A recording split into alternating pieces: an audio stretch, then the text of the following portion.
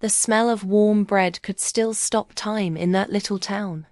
It drifted through Main Street each morning like a kind of memory, soft, steady, forgiving.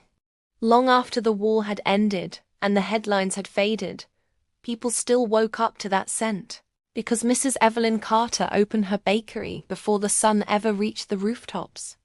The Carter Bakery was nothing special from the outside. A faded wooden sign, a window smudged with flour, a doorbell that jangled like laughter. But for those who had lived through the hard years, it was more than a shop, it was a reminder that life could be gentle again. Evelyn had lost her husband overseas. She rarely spoke of him, except to say that he'd loved the smell of rising dough. After his death, she poured her silence into the bakery. The first few years were brutal rationing, shortages, long nights kneading by candlelight. But by 1949, her shelves were full again. Bread, rolls, apple turnovers, everything made by hand. Everything touched by the quiet rhythm of her heart. What the town didn't know, at least not at first, was that Evelyn had a secret ritual. Each night, after closing, she would bake one extra loaf. It wasn't for the display case or for her own table. She wrapped it in brown paper, tied it with string, and placed it on the bench outside her shop. No one saw her do it. No one ever asked. But by morning, it was always gone. Sometimes replaced by a thank you note. Sometimes by nothing at all. The next night, she did it again. It began during the winter of 47, when the nights were cold and work was scarce. A man had come to her door after closing thin, trembling, ashamed. He hadn't asked for money, only for the smell. "Could I just stand here a while?" he'd said. She'd given him a loaf instead, and he'd wept right there on the steps. That night she couldn't sleep, thinking about how hunger had the sound of someone pretending they weren't. So she kept baking. For years, quietly, consistently, the way someone might tend a grave or light a candle. Her hands, once soft, became the hands of a builder, strong, cracked, alive. By 1952, half the town had guessed, but no one dared break the silence. It wasn't charity. It was something else, something sacred. Her kindness had rules. No faces, no thanks, no pity. Just bread and trust. Children walking to school would glance at the bench to see if the parcel was gone. Old men at the diner would nod to each other when they saw her unlock the door before dawn. Even the local policeman, who passed by each night, made sure his footsteps were quiet when he reached her window. The bakery became the town's heartbeat. And though Evelyn never said it aloud, she understood what she was really baking wasn't bread at all. It was hope. The kind that rises slowly, invisibly, until one day it fills the air and makes people believe that kindness still belongs in the world. Some mornings, she'd look up from her counter and see a stranger standing across the street, holding a paper-wrapped loaf like something sacred. They'd nod just once, and in that silent exchange, she found the one thing her husband had always told her was worth saving: the warmth that keeps people human. And so, in a town still healing from loss, Evelyn Carter became its quietest hero. Not through speeches or monuments, but through something simple enough to fit in both hands. A loaf of bread left for someone who needed to remember that they still mattered. By the summer of 1953, the story of the midnight bread had quietly taken root in the town, though no one dared to name it aloud. It wasn't written in the newspaper, and no pastor spoke of it on Sundays, yet everyone knew. It was a secret they all shared without speaking, a thread of kindness that tied the town together more gently than any law or sermon could. Evelyn still baked the extra loaf each night, her movements steady, unhurried. The way she folded the dough, brushed it with butter, and waited by the oven light. There was something almost prayerful in the routine. She never looked to see who came for it, though sometimes, when she arrived the next morning and found only the faint trace of footprints on the wooden steps, she'd close her eyes and whisper a quiet thank you to whom? She didn't know. It wasn't always the same person who took the bread. Some said it was the old war veteran who lived near the tracks. Others thought it was the widow with 3 children, whose husband had never returned from the mill. There were rumors, but the truth was simpler. Different hands, different nights, all reaching for the same small mercy. One evening, when the wind carried the smell of fresh yeast down Main Street, a young paperboy named Henry stopped outside her shop. He was no more than 12, thin as a rail, with a satchel of folded news under his arm. He hesitated by the bench, looking at the brown paper parcel. For a long moment he didn't touch it. Then he sat down beside it instead, swinging his legs, waiting to see who would come. But no one did. The street was quiet, and the crickets had started their chorus in the fields. After a while, Henry picked up the loaf, not to eat it, but to hold it. The weight of it felt honest. When he got home, he split it in half and brought a piece to his neighbor Mrs. Langley, the widow who rarely opened her door anymore. She took it with trembling hands and smiled for the first time in months.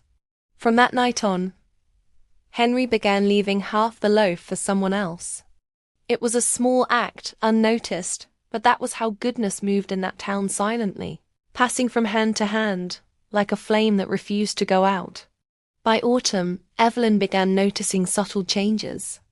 A jar of honey appeared one morning on her counter, left without a note.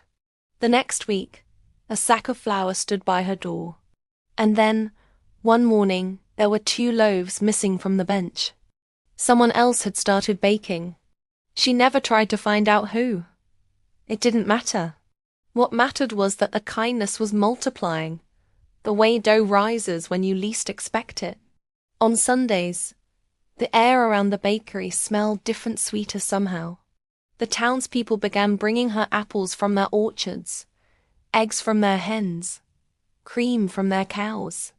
They said it was to help with the baking, but Evelyn knew it was their way of saying, "We see you. We remember." Sometimes, when she walked home along the river at dusk, she'd see the glow of kitchen lights in the houses families gathered, bread on the table. She'd pause for a moment, watching, her heart both heavy and full. There was a time she'd thought her life had ended with her husband's death. Now, she realized it had only changed shape. The bread had become her language, the only way she knew how to speak the things that words failed to hold. One evening, when the air was thick with the smell of rain and the hum of distant thunder, Evelyn left the loaf as usual. But the next morning, she found something new in its place. A note, written in a careful hand. It read simply, "Your bread saved me more than once. Not from hunger, but from forgetting that people can still be kind." She folded the note and kept it in the pocket of her apron. Years later, when her eyesight dimmed and her hands grew slower, she would still touch that folded scrap of paper as if it were a prayer. The town never held a celebration for her, never gave her a medal or a plaque, that they didn't need to. The proof of her kindness was in the quiet comfort that spread through their lives, like the smell of bread in the morning air, reminding everyone that warmth could exist even after loss. And somewhere in that small Kansas town, under the wide American sky, a single woman with flour-dusted hands continued to bake, one loaf at a time, keeping the promise that life, no matter how hard, could still be tender. By the winter of 1955, time had begun to settle softly over Evelyn's bakery, like the thin dusting of flour that never truly left the air. The lines around her eyes had deepened. Her shoulders stooped just a little more, and yet, every morning, the smell of bread still reached the street before the sunrise did. The town had grown since the war, new houses, new faces, even a small grocery on the corner, but the Carter bakery remained the same. Familiar. Safe. Children who once spent their pennies on her molasses cookies had grown into young men and women. Many of them now worked at the mill or the post office, but on Saturdays they still stopped by her shop, calling her Miss Evelyn, as they always had. Some of them left with a loaf, others with stories. And always, no matter how much the world outside changed, that extra loaf still appeared each night on the bench by her door. It wasn't a secret anymore. Not really. By then, everyone knew the story, though no one spoke of it as charity. It had become something else. A quiet custom, a kind of rhythm the town didn't want to break. Even the mayor, passing by on his way home, would tip his hat when he saw the parcel wrapped in brown paper, as though greeting an old friend. Evelyn's hands, once quick and sure, began to betray her. Some mornings, the dough felt heavier than it used to. Her wrist ached when she lifted the trays. But she refused to stop. Her routine was her tether to the world, the sound of the mixer, the heat of the oven, the golden crusts cooling on the racks. These small details gave her days shape and meaning. Then, one cold February morning, she woke late. For the first time in 20 years, she hadn't baked the extra loaf the night before. Her body had simply been too tired. She sat by the window, watching the frost creep along the glass, and felt an ache, not in her joints, but somewhere deeper. When she finally made her way to the shop, she stopped short. On the bench outside, wrapped neatly in brown paper, was a loaf of bread. It took her a long time to move. She stood there in the doorway, breath catching in her throat, staring at that simple gift. She picked it up with trembling hands, pressed the warmth of it against her chest, and smiled through tears she didn't even try to hide. The note inside said, "For the one who taught us how to care." After that day, Evelyn was no longer the only one baking in secret. A group of women from the church began leaving extra loaves around town on doorsteps, by the railway station, even outside the school. The idea spread quietly, like seeds on the wind. Soon, no one could tell which loaf had come from Evelyn's oven, and which had come from someone else's. And that was how she liked it. It wasn't about her anymore. It was about the spirit of it, the belief that one small act, done faithfully, could ripple outward until it became something larger than anyone imagined. As the years passed, Evelyn's bakery became less a place of business and more a gathering space. The smell of bread had a way of drawing people in, travelers from the highway, young families, strangers just passing through. Some came for the pastries, but many came for something else, though they couldn't quite name it. There were photographs on the walls now, her husband in his uniform, the early days of the bakery, the first community fair after the war. Every picture told the story of someone who'd been fed, healed, or simply seen. In the evenings, when the shop closed and the last of the sunlight stretched across the counter, Evelyn would sit in the quiet and think about how far kindness could travel. Once, it had been just her and the oven light. Now, it was a town baking, sharing, remembering. Sometimes she imagined her husband standing there beside her, his hands dusted with flour, smiling in that patient way he used to. She liked to think he'd be proud not of the bread, but of what it had become. And though she was growing older, her faith in the simple power of giving had only deepened, because she had seen it, how one loaf could change a day, how a dozen could change a town, and how a quiet act, done without expectation, could outlast the person who began it. By the spring of 1961, the town had changed again. New cars rolled down Main Street. The first television antennae sprouted from rooftops, and neon signs flickered where hand-painted ones used to hang.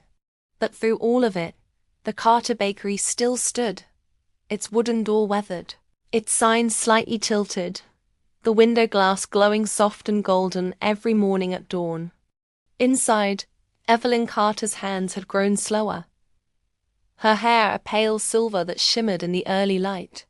She moved carefully now, the way someone does when each gesture carries the weight of years.